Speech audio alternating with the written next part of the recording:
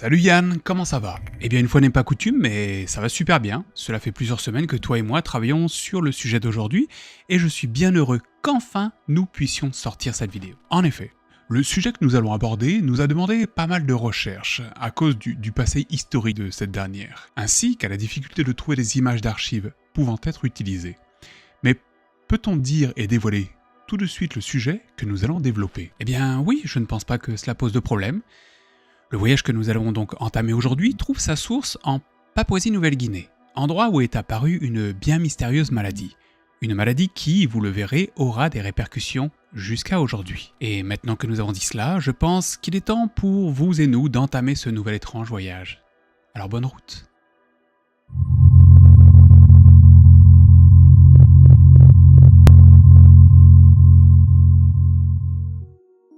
Au début du XXe siècle, personne ne savait qu'il existait des humains vivant dans les hauteurs de la Papouasie-Nouvelle-Guinée. C'est autour des années 1930 que des chercheurs d'or australiens partirent là-bas pour décrocher le gros lot. Et c'est là qu'ils ont réalisé qu'il existait dans les hauteurs du pays des milliers de villages.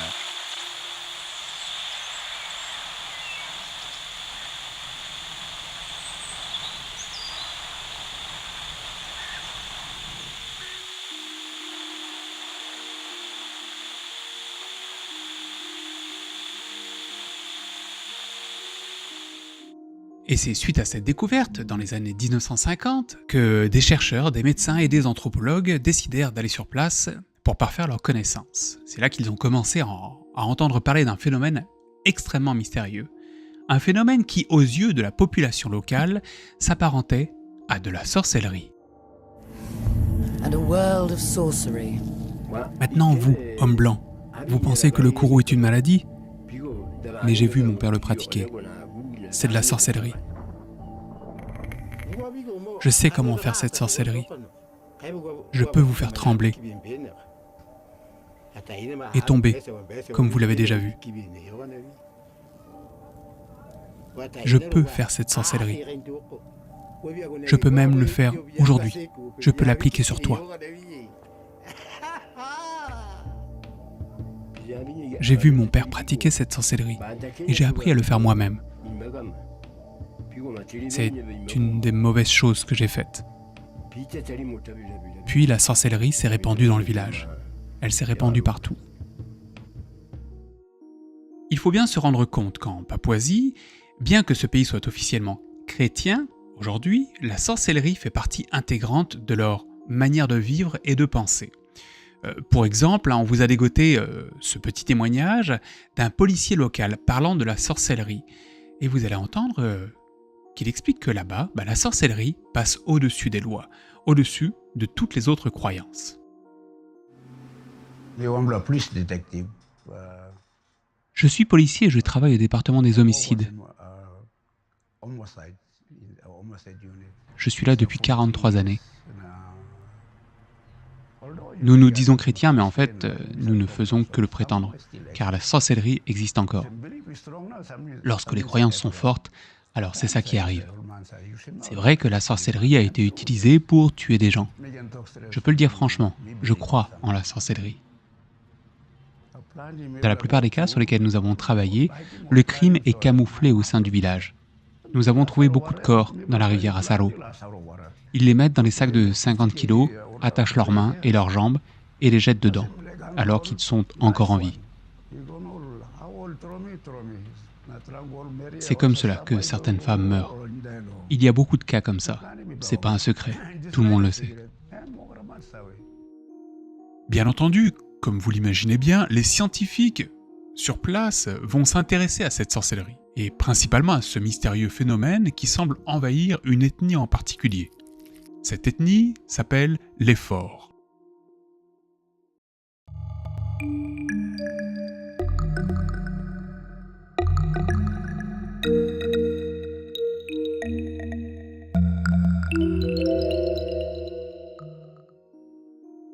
C'est à ce moment que vous et nous posons la question fatidique. Mais quel est donc ce fameux phénomène que le peuple fort attribue-t-il à la magie? Eh bien, c'est exactement ce que nous allons voir de suite.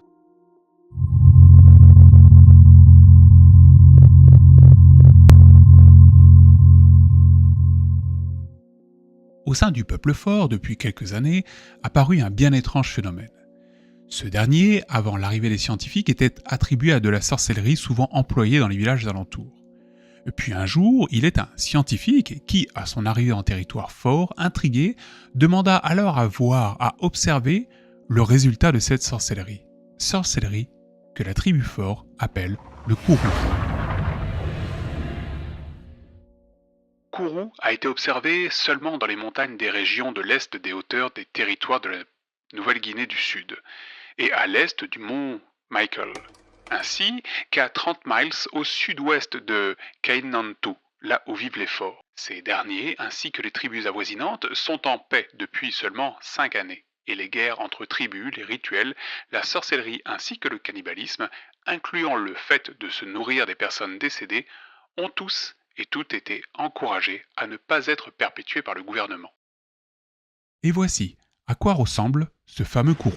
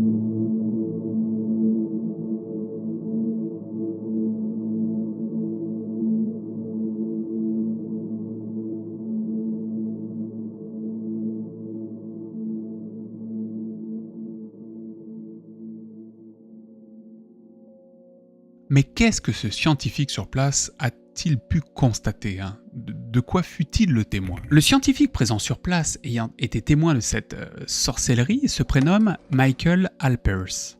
C'est lui, ici, alors qu'il était encore très jeune à l'époque de cette découverte. Et là, c'est lui aujourd'hui. Il entendit parler pour la première fois du kourou au travers d'écrits journalistiques présentés par des anthropologues qui, à l'époque, expliquaient que la cause du kourou était essentiellement psychosomatique et qu'il était dû à l'arrivée des colons blancs sur les territoires de la tribu fort. Les anthropologues appelaient alors le kourou le Laughing Death, à cause du fait que les personnes atteintes par le kourou étaient souvent prises de fou rire, jusqu'à en mourir. L'expression Laughing Death, ou mort de rire, ou plutôt mort par le rire, provenait toutefois en premier lieu de la première personne ayant, au début des années 1950, décrit le kourou. Il s'agit du docteur Vincent Zigas, un Estonien d'origine, ayant étudié en Australie. Il écrira un livre sur le sujet, intitulé justement Laughing Death. À Brisbane, dans le Queensland, le 25 mars à l'âge de 63 ans, Vincent Zigas, un docteur spécialiste en neurologie et virologie, fut le médecin qui révéla l'existence de cette maladie neurologique. Le kourou, plus connu sous le nom de la maladie du rire, parmi le peuple fort, d'Okapa, dans les hauteurs de la Papouasie-Nouvelle-Guinée. Michael, australien d'origine, venait quant à lui de sortir de ses études de médecine, et alors qu'il était promu à une brillante carrière chez lui, décida de partir en Papouasie pour comprendre et voir de ses propres yeux à quoi ressemblait ce fameux kourou. Lorsque leurs jambes tremblent et qu'ils ne s'expriment plus correctement, alors nous savons qu'ils ont le kourou. Ils vont perdre l'équilibre et tomber. Cela leur est de plus en plus difficile de marcher, jusqu'à ce qu'éventuellement ils cessent de bouger.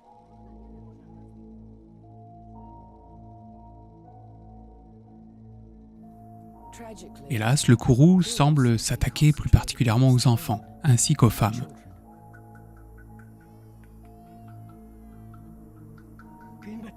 Vous ne pouvez imaginer à quel point ce kourou était terrible. Il tuait plein de jeunes garçons, des jeunes filles et des femmes. Tant de personnes en sont décédées. Seules quelques femmes ont survécu, dans tous les villages avoisinants. Même des jeunes enfants, encore dans les bras de leur mère, même eux parfois étaient pris de tremblements puis mouraient. Les personnes atteintes de kourou seront prises de tremblements, de perte d'équilibre, auront de la difficulté à parler, sentiront des douleurs dans leur corps, auront des maux de tête et parfois seront pris de soubresauts étranges s'apparentant à des fous rires. Et c'est cela que vit Michael lorsqu'il fut confronté pour la première fois au kourou. Kourou qui, nous ne vous l'avons pas dit, mais signifie trembler de peur dans la langue fort. Le kourou est une sorcellerie qui fait peur, une sorcellerie qui fait trembler le corps, mais elle est aussi une sorcellerie que n'importe quel scientifique de ce monde aura le désir de chercher à comprendre.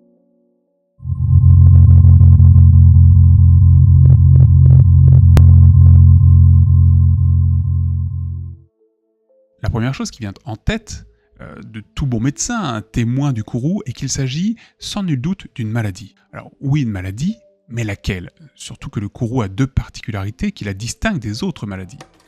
Le premier point qui intrigue avec ce kourou, c'est qu'il semblait principalement atteindre les femmes et les enfants. Les hommes du village paraissant en majorité épargnés. J'ai bien dit ici en majorité. Le second point d'intrigue trouva sa source dans une simple question. Mais d'où vient le kourou? Michael savait qu'il faisait face à une toute nouvelle maladie, et après 3 mois sur le terrain, il n'avait aucune piste pour résoudre ce mystère qu'était le kourou. Puis, il fit la rencontre d'un virologue américain, Carlton Cachusen, le seul autre scientifique dédié à comprendre cette étrange maladie. Le docteur Alpers, étant totalement désarmé face à cette maladie dont il ne pouvait trouver la source, fit la rencontre d'un virologue, le professeur Daniel Carlton Gajdusek. Carlton avait de son côté travaillé sur cette maladie et en avait déduit que d'un côté le kourou était une maladie qui n'atteignait que les membres de la tribu fort, et de l'autre qu'il avait affaire à une toute nouvelle maladie. Une chose fut certaine aux yeux de Alpers et de Carlton. Le kourou n'était pas de la sorcellerie et n'avait rien à voir avec de la magie. Par contre, à leurs yeux, tout ce dont ils étaient les témoins avait à voir avec une maladie. Étrange, nouvelle, la maladie du tremblement de peur. Le plus gros indice qu'ils possédaient pour débuter leur recherche concernait un point en particulier. Le fait que les personnes les plus atteintes étaient les femmes et les enfants. Mais pourquoi? Pourquoi eux plus que les hommes? On a testé sur tous les animaux, des serpents aux ours, puis on les a observés 2, 3, 4, 6 mois. Résultat, rien. C'était quelque chose de nouveau. Je n'avais aucune idée de quoi il s'agissait, mais c'était nouveau. Après des semaines de tests, nos 2 scientifiques, accompagnés d'anthropologues et d'autres corps de médecins, en lien avec la recherche, en étaient certains. Non, le kourou ne se propageait pas, il n'était pas transmissible. En tout cas, pas transmissible de la manière dont on l'entendait à cette époque. Plus étrange encore, la maladie n'était ni un virus, ni une bactérie, ni même un champignon. En gros, elle n'était rien de ce que l'on connaissait à l'époque. Mais s'il n'est pas transmissible, alors d'où vient-il? C'est sur cette question que le mystère se posait. Quelle était la source de cette maladie qui se propageait plus dans une couche de la population et pas dans une autre? Et pourquoi elle ne touchait que la population fort? Carlton décida alors d'investiguer un des pans de la culture fort, un pan de la culture qui, à ses yeux, pourrait être la source du problème.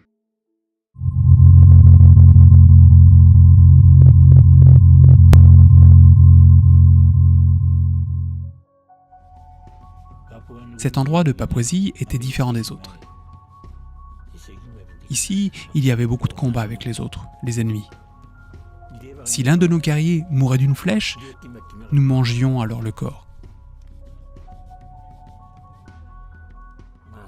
J'ai mangé 2 doigts d'un jeune homme. Cela goûtait bien meilleur que le poulet ou le porc, vraiment meilleur. La chair humaine goûte bien meilleur que le bœuf, c'est plus sucré.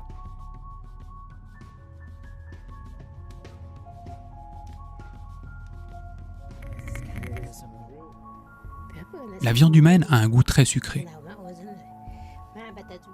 La peau ne goûte pas si bon, mais la viande en dessous goûte très sucré. Les forts, dans leur culture, avaient une particularité. celle de manger les membres de leur famille décédés. Bien que cette pratique puisse sembler à nos yeux plutôt barbare, les forts décrivaient le concept de cannibalisme comme suit. Il est préférable pour honorer l'esprit d'un mort de le manger dans le respect plutôt que de le laisser se faire manger par des asticots. Donc, pour les forts, ce rituel était avant tout une manière de respecter les membres de leur famille, en les intégrant. Ils se nourrissaient de l'esprit du défunt pour que sa mémoire reste au sein de leur famille, plutôt que de laisser la conscience du mort partir dans les entrailles d'insectes qui se seraient alors délectés du cadavre. Exactement. Et au passage, Alter, voici comment cela se passait. Nous pratiquons cela depuis des lustres. Nos ancêtres nous ont montré comment découper des porcs et des opossums, ainsi que des humains. Ce savoir est passé de génération en génération. Si quelqu'un décède, ses proches vont leur faire deuil durant toute une nuit. Les corps étaient ensuite portés dans des champs de canne à sucre ou sous des arbres philaos. Là, les femmes s'occupaient de découper leurs corps et de les cuisiner. Nous coupions la tête ici, puis nous dépecions le corps. Les cheveux étaient brûlés dans le feu, puis la peau était découpée et cuite dans des tubes de bambou.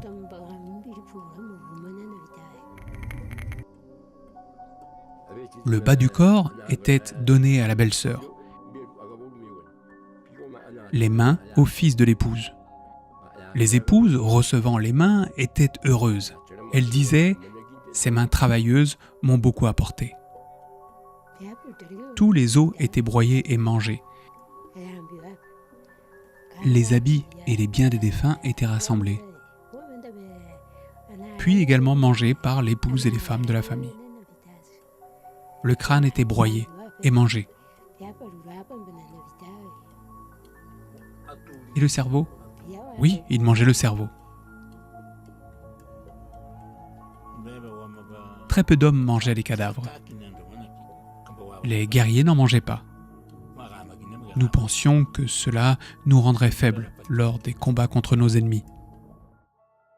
C'est en comprenant le déroulement de ce rituel que Alpers et Carleton ont commencé à faire un lien de cause à effet. Étant donné que leur plus gros souci était que les personnes contractant le kourou étaient des femmes et des enfants, il fallait trouver quelque chose que seules les femmes et les enfants faisaient. En tout cas, qu'ils faisaient plus que les hommes. Et c'est en entendant parler de ce rituel funéraire qu'ils ont commencé à faire le lien de cause à effet. Puisque cette cérémonie cannibale était principalement perpétrée par les femmes et les enfants, alors ne se pourrait-il pas que le kourou se transmette non par le sang, non par la salive, non par les excréments, mais plutôt en étant directement ingéré, c'est-à-dire en mangeant une personne infectée. Et pour en avoir le cœur net, il ne restait aux scientifiques qu'une seule chose à faire. Vérifier si la transmission de la maladie se faisait bien via l'ingestion d'une personne contaminée. Le docteur Alpers donna alors une partie du cerveau d'un patient contaminé à des chimpanzés qui, quelques semaines plus tard, montrèrent tous les symptômes du kourou.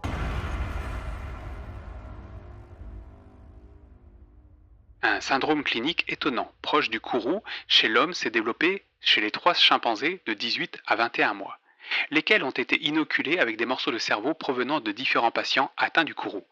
Ce syndrome fatal développe une ataxie progressive et confusion cognitive qui n'a jamais été observée en tant que maladie spontanée chez les singes et constitue ainsi la première indication convaincante de la transmissibilité d'une des maladies subaiguës ou chroniques du système nerveux central humain en cours d'investigation dans le cadre de notre programme. Désormais, ils en étaient certains, la maladie se transmettait via la cérémonie mortuaire pratiquée par les forts. Mais il restait encore des questions en suspens. Si le kourou n'était pas dû à un virus, une bactérie ou un parasite, ou un champignon, alors qu'était-ce ?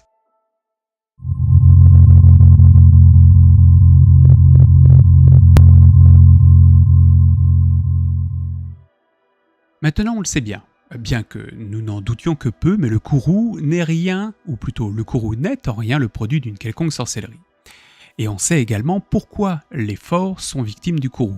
C'est parce qu'ils étaient l'un des rares peuples à, littéralement, manger leurs morts. Attention toutefois, j'ai bien dit l'un des seuls. Écoutez plutôt ce passage tiré d'une étude datant de 1990. Les rituels cannibalisme, manger ses proches en tant que rituel de deuil, était pratiqué non seulement dans la région où le kourou était présent, mais également dans des parties avoisinantes des hauteurs de l'est de la Papouasie, où le kourou s'est développé. Les forts ont appris cette pratique via les Keyagana et les Kamano.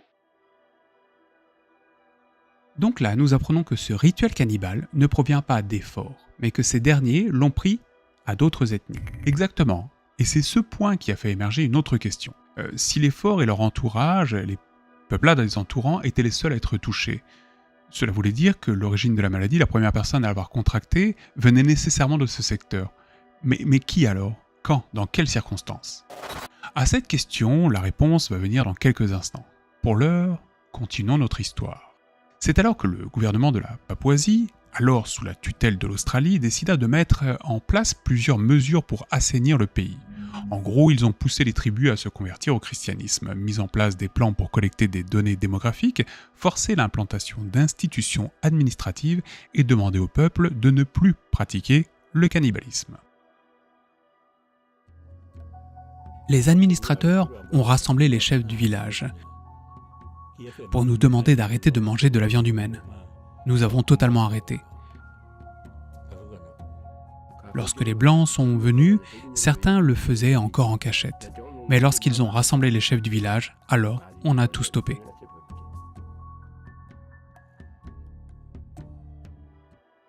Suite à cette transformation sociale, le kourou, comme on peut le voir sur ce graphique, a été poussé à disparaître, ce qui renforça le lien et la certitude que cette maladie était essentiellement due au cannibalisme pratiqué chez les forts. Cette bonne nouvelle fut très bien accueillie, mais elle ne permettait toutefois pas de répondre à la question fatidique. Qu'est-ce que le kourou? Au regard des connaissances de l'époque, et pour comprendre ce qu'était le kourou, il n'y avait qu'une seule solution. Recouper les données pour voir si, dans notre monde dit moderne, il n'existait pas une maladie qui aurait pu être similaire au kourou. Et il en existait une, bien connue de nos jours, la maladie de Creutzfeldt-Jakob, que l'on retrouve également chez les bovins sous le nom de la maladie de la vache folle.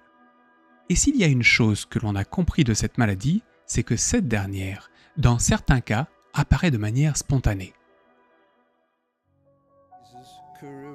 Le kourou et la maladie de Creutzfeldt-Jakob étaient du même genre. L'explication la plus probable, c'est que le kourou a débuté de la même manière que la maladie de Creutzfeldt-Jakob. Un individu est un jour survenu avec un changement spontané dans son cerveau et est hélas devenu, au sein de cette communauté, l'origine de cette terrible et vaste épidémie.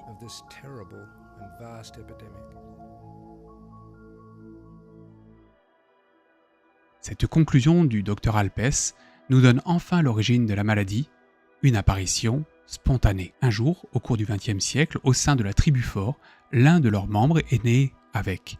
Puis il l'a développé et en est mort. À sa mort, plusieurs de ses proches ont mangé une partie de son corps. Les viscères et donc le cerveau étant des mets principalement dégustés par les femmes et les enfants. La maladie présente alors dans le cerveau est entrée dans le corps de nouveaux hôtes, dans lesquels elle s'est développée et ainsi de suite.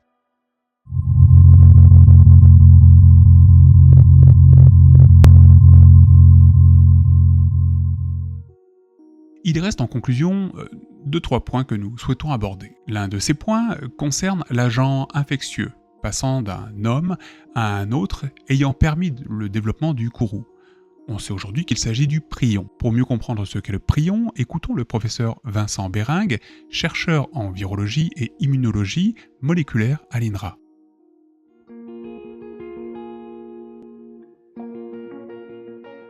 Au début des années 1980, il a été mis en évidence que cet agent pathogène prion était constitué uniquement d'une protéine, qu'on appelle la protéine prion.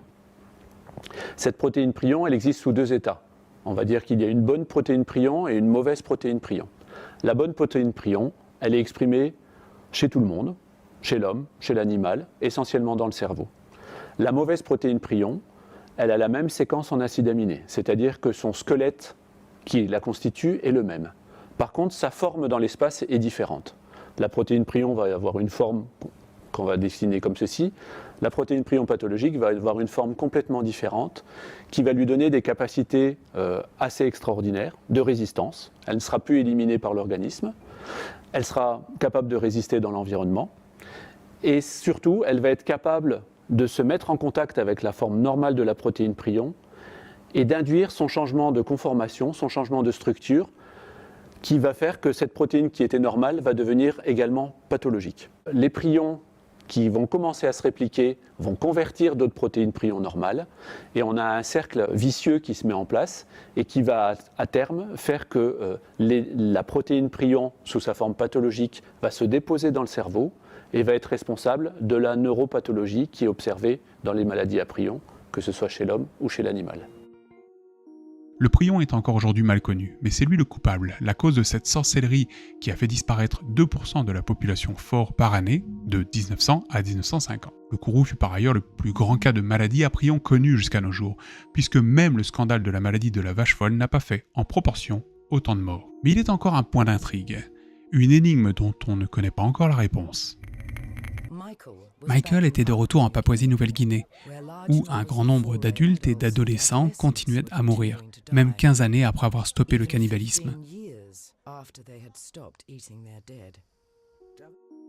Bien des années après l'interdiction de manger de la chair humaine, quelques cas de kourou faisaient ça et là leur apparition. 25 ans après l'arrêt du cannibalisme, presque 30 adultes mouraient encore chaque année du kourou. L'incubation de cette maladie était bien plus importante que tout ce que Michael avait imaginé.